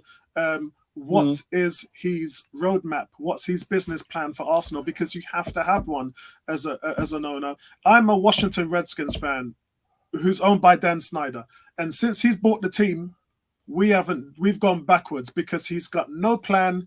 He wants to make the decisions, and owners shouldn't be making footballing decisions. You're supposed to employ somebody to make footballing decisions, and we are an example where you've got someone who's a fan, just like me and you, but he has no clue in terms of how to run a football team. So I'd love to hear what's the business plan? What's the roadmap? Where do you see yourself in the next 5 to 10 years? What's the type of wages? What's the scale of the money that you're going to invest into the club? Because remember, we are a self-sustainable club. We don't spend beyond our means. Every penny we spend, we earn. So the owner, Stan, doesn't need to put one penny in, not a single dollar. And what Tony is saying is there are plenty of owners out there. Even Mike Ashley with his tight ass. Yeah. Even Mike Ashley can fling a little bit of pennies in there just to appease the top off on the spend. And we get so much money now. It would be nice for an owner to come in and say, all right, look, guys, I'm going to top up the kitty an extra 150 million because that's our budget. Our budget's 150. I'm going to give you another 150 on top of that. And then obviously the business side is going to have to. Yeah, it may not get us nothing, but it's how you spend it again, Tony. Yeah, you see what I'm saying?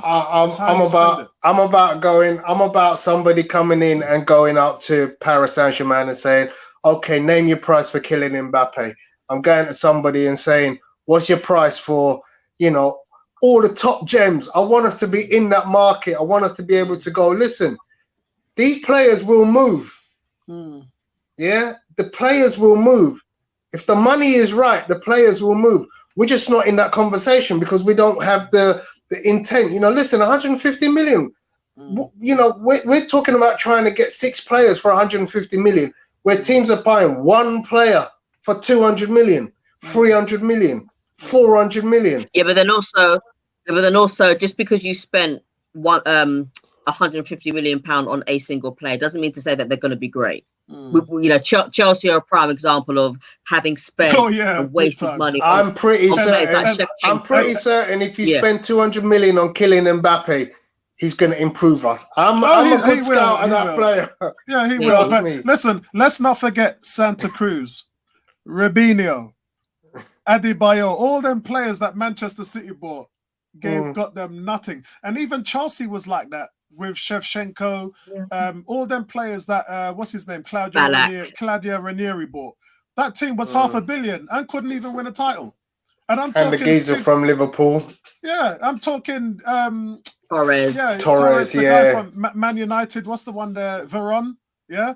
Listen, we've seen guys absolutely obliterate money, and that comes into it. It's about getting the Sev Mislintats of this world and getting them to find the gems while buying the Pepes and buying the Zahas and adding to it like that.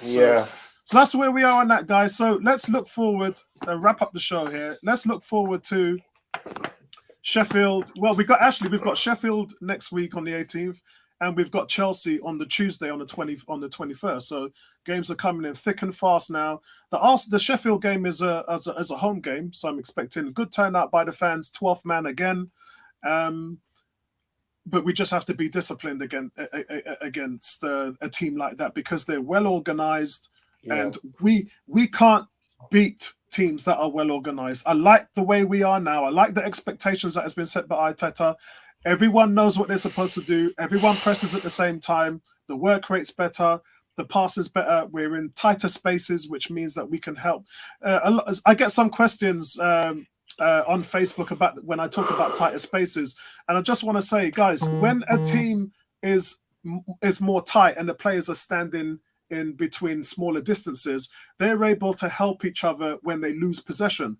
If you watch what Arsenal's doing, when they lose possession, there's 3 Arsenal players around the player who stole the ball off us.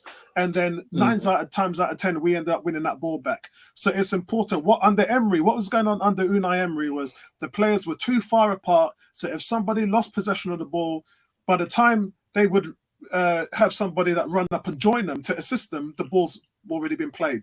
So, you know, it just doesn't work. What Arteta's doing now is he's got these guys set up perfectly. He's got the tactics right, and everyone knows what they're doing. The intensity is there. I think he needs to manage that a little bit better moving on over the next few games. But I did say when he joined, we're going to need 5 or 10 games to see this thing really hit the ground running. And I think that we're going to be coming into that period now. Guys, what's your expectations of the Sheffield game? I expect the same high press. I expect the same defending as we've been seeing. I expect players like Özil to run into spaces when he hasn't got the ball. I expect somebody like Granit Xhaka to cover protect the back line along with Torreira. What I expect exactly the same thing. Okay, maybe change it up a little bit. I don't know how Arteta will do that, but I expect us to continue with this high press and to get more into the regime that Arteta is implementing. And I mean, we've done well so far. We've not lost. Well, we've only lost 1 game, but you know, the same basically. And that's the thing, Tony. What you got to remember, Tony, is that we've been playing well and not been getting the result. Now, the fans are not complaining. Why? Because all we've ever asked for as fans is to show some consistency. And for God's sake, when you wear the shirt, fight. Yeah, with pride, with pride, and that's what they're doing. So that's why you're not hearing anybody say, oh, but we've only won against this person, or we've had all these. No one's moaning about that now because the players are committed, and because the players are committed, the fans are now committed. So, where do you see? Would you say that the Sheffield Wednesday is a definite 3 points? We must have the 3 points, or okay? So for me, I'm gonna kind of go.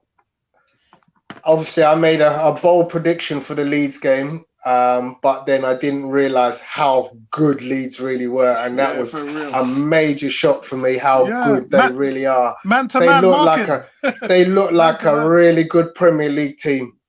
So I kind of went overboard on that prediction. However, before that, I did pick a draw in the previous game, and I'm not going to be surprised if we do it again this weekend.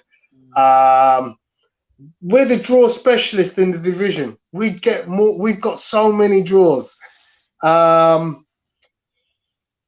It would be great to think, look, Arteta's doing wonderful things. I love what we're doing. I love the improvement in the players individually and collectively. Have we still got the capabilities to now start looking and saying, look, can we go out there and start hitting teams for 3 and 4? Because that's the marquee of a team. Like, you look at Man City, and when they're on their mettle, they'll hit a team for 6, as they just showed. Can we do that? I can't see that right now. We're not firing on all cylinders. And the thing that you see with Man City is they get goals from all their players. I was going to touch up on that. And we don't. We literally are reliant on, if Aubameyang scores, then who else isn't going to score? Okay. So clearly, for me, I think, the Arteta system will be at its optimum in 3 or 4 months' time. So I think by the end of the season, we'll start to see players like Reece Nelson, like Pepe, like Ozil, like Lacazette, and anybody else, like Martinelli, being far more contributory in the goals-getting area.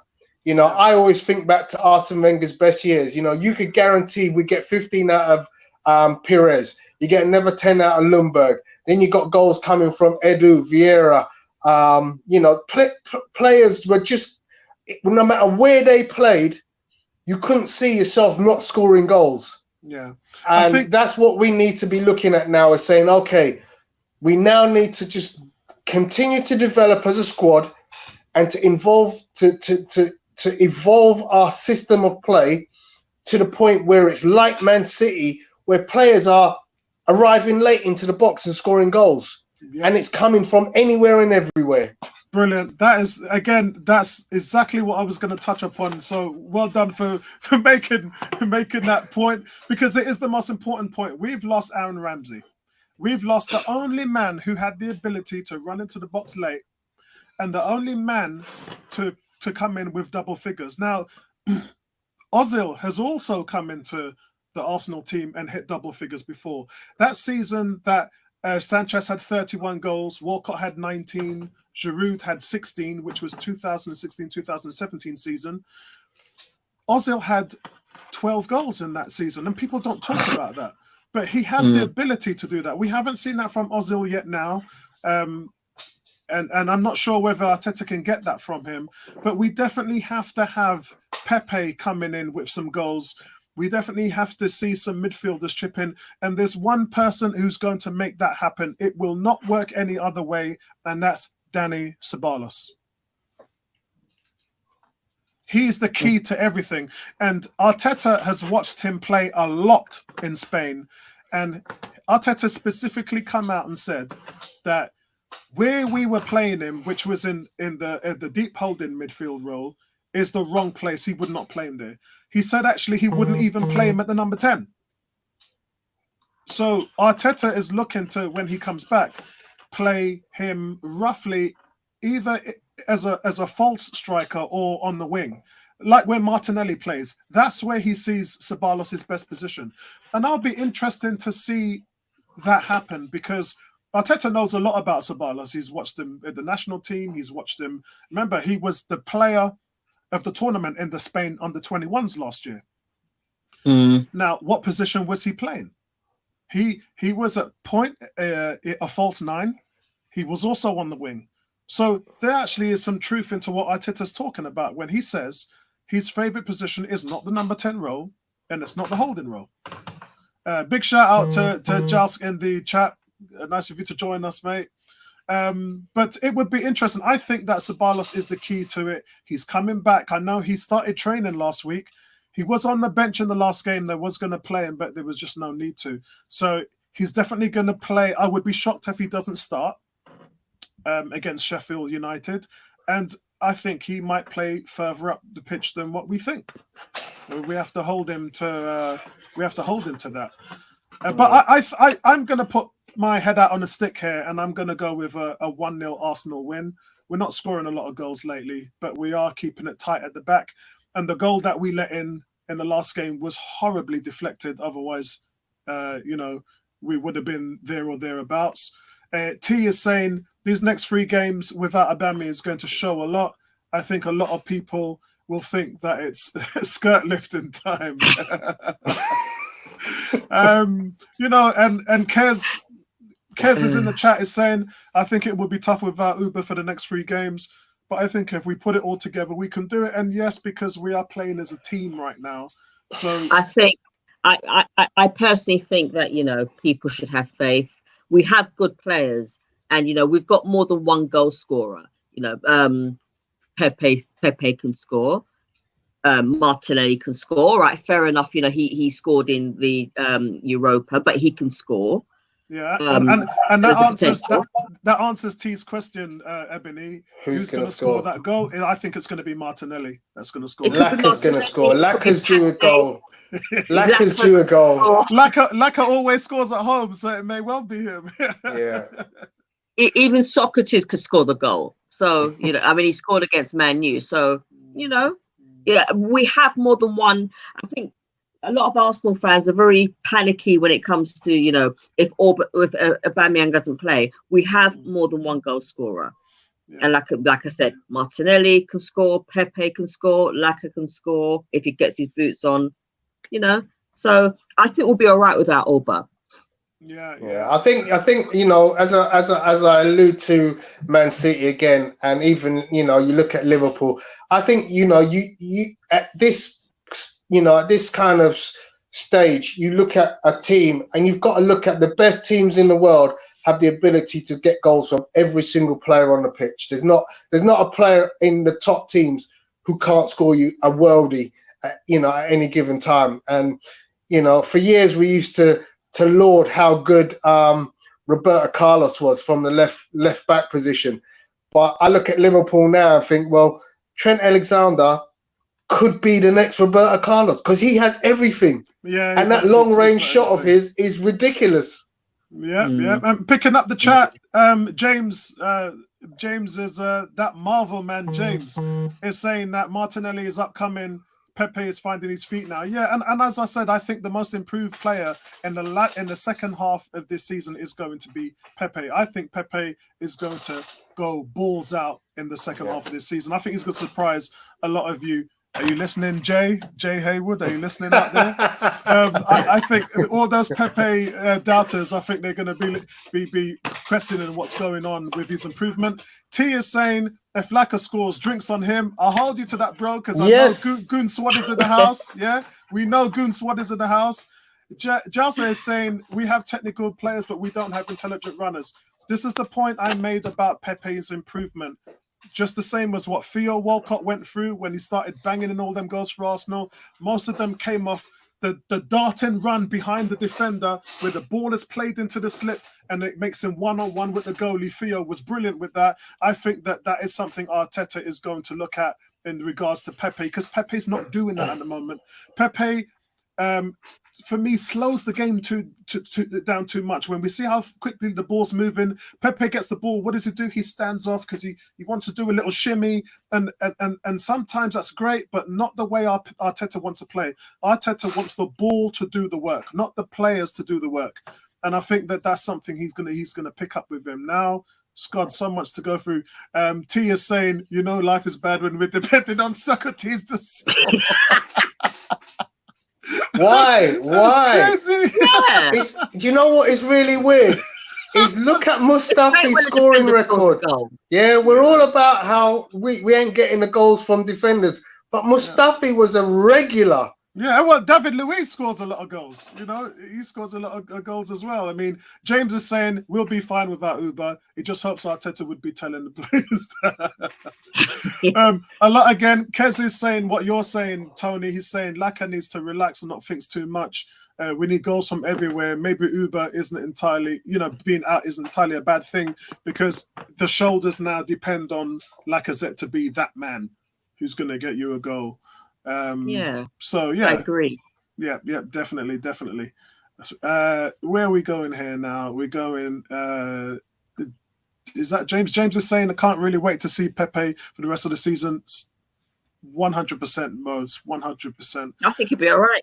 Yeah, definitely would. Downstairs saying we've swapped goal scorers for better technical players with no movement. Yeah, but again, remember. Arteta knows what good looks like. He will coach these players. That's his forte.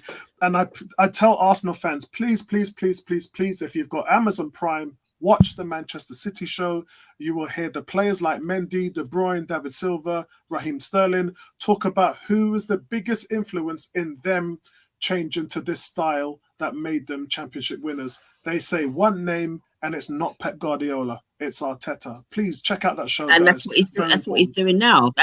And that's potentially what he's doing now with this team. It's not going to happen this season because we've already written the season off. But come next season. Ooh, look at that! Sanchez, Giroud, Walcott. Ooh. Yeah, but he's right. I have taken the band up by the numbers that I just put forward. Sanchez 31 goals, Walcott 19, Giroud 16, Ozil 12.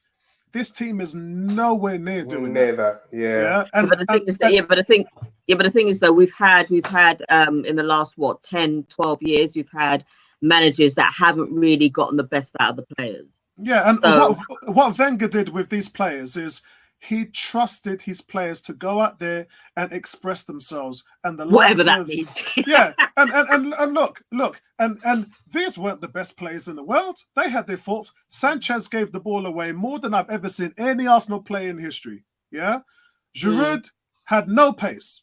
Yeah, Walcott horrible first touch. Yeah, he could hold the ball up. Yeah, Walcott horrible first touch. Ozil, Ozil's Ozil. But the fact of the matter is those guys were able to play together because the manager gave them specific instructions. They knew what they were doing. Go out there and express yourselves. And we scored goals at will under Wenger. The only problem we had was our defense. So it's just really about how Pepe can develop. And I keep talking about Raheem Sterling because I see him as that man. I see Arteta has pointed out that Pepe can be one of the stars of the Premiership, and I cannot wait to see them develop him. James is saying the Arteta effect is in full swing, and we can all see a difference in the team as a whole. 100%. Exactly. Yeah, I agree. The Giroud was so underrated. Watched him play, and he was because he had a specific skill set, and we played towards that skill set. In terms of him holding up the ball, a lot of crosses into the box where, over that 3-4 year period, nobody had more headed goals in than Giroud. Nobody. And we let him go. Yeah, and we shouldn't have never sold him. But then again, if we had we not let him go, then we wouldn't have got Lacazette or Aubameyang. Yeah, possibly, but the one thing I do know is that January we sold that year we sold Walcott and we sold Giroud, and had we had not sold them, we would have probably won the Europa Cup. I think we would have beaten Atletico Madrid, who actually went on to win it. I think we just had no firepower. The problem is that like over the years we've sold our best players and we've replaced them with trash. Yeah. True. That's the problem. We've let. I mean, two of the biggest ones for me are Oxlade-Chamberlain and Serge Gnabry. Those two alone. You've got like 400 million worth of player now. If you ask me, if you just took them two players alone. And then we had, and even the young players. I said this before when we brought Iwobi into the first team. I couldn't believe what I was hearing because I've been following that youth setup for a long time, and the most talented player in that youth setup was Jeff Rene Adelaide. And I know he suffered from injuries, but he had ball control like Abu Diaby. He was 2-footed. He was so silky. He could play anywhere on the top end. And even when we played them in the Emirates Cup, it was the Emirates Cup, right? Was it the Emirates Cup we played them? Yeah. Or was it in, I can't remember. He was the best player on their team. In fact, he was man of the match for the game that we had against them. But, you know, it is what it is, man. And Gnabry, I don't want to talk about this brother here. It's ridiculous. Jeez. And who got rid of him? Wenger. That's a joke. I don't even want to talk. James, you brought that up, man. I can't believe you brought that one up, James. Oh, my God. Gnabry. And, you know, I let him off because of what he did to Spurs. Them 4 goals, I replayed them on the regular. Brethren. So, yeah, man. But that's it, guys, for our show. We've gone slightly over. It's the longest, nearly 2 hours today. But we did have some setup issues. Nobody in the chat talked about echoing, so that's really good news because I thought that was something we had to get rid of. As you know, I'm wearing headphones, so there's no other. I've actually shut off the speakers on my PC as well. So hopefully that takes care of the echo problems. I'll try and do that from now on. And I want to thank Ebony and I want to thank Tony. Guys, where can everybody find you on social media? Pugilist Boy on the Insta, Pugilist Boy on the Twitter. Excellent. And I'm on Facebook, Ebony Kingston, Facebook, Twitter. Find me there.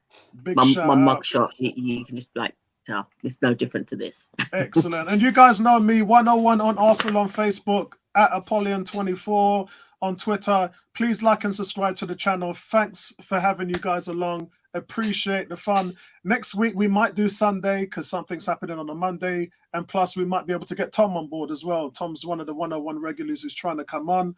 Apologies for the African Guna. He's been having some technical issues, but he'll be back next week. And listen, appreciate the love. Big up Arsenal. And you know what I always say to all the Arsenal fans, regardless whether you love, you hate, back your team. Back your Allez team. le Rouge. Yes. All right, Love man. Arsenal. Peace out. Nice one, guys. Take care.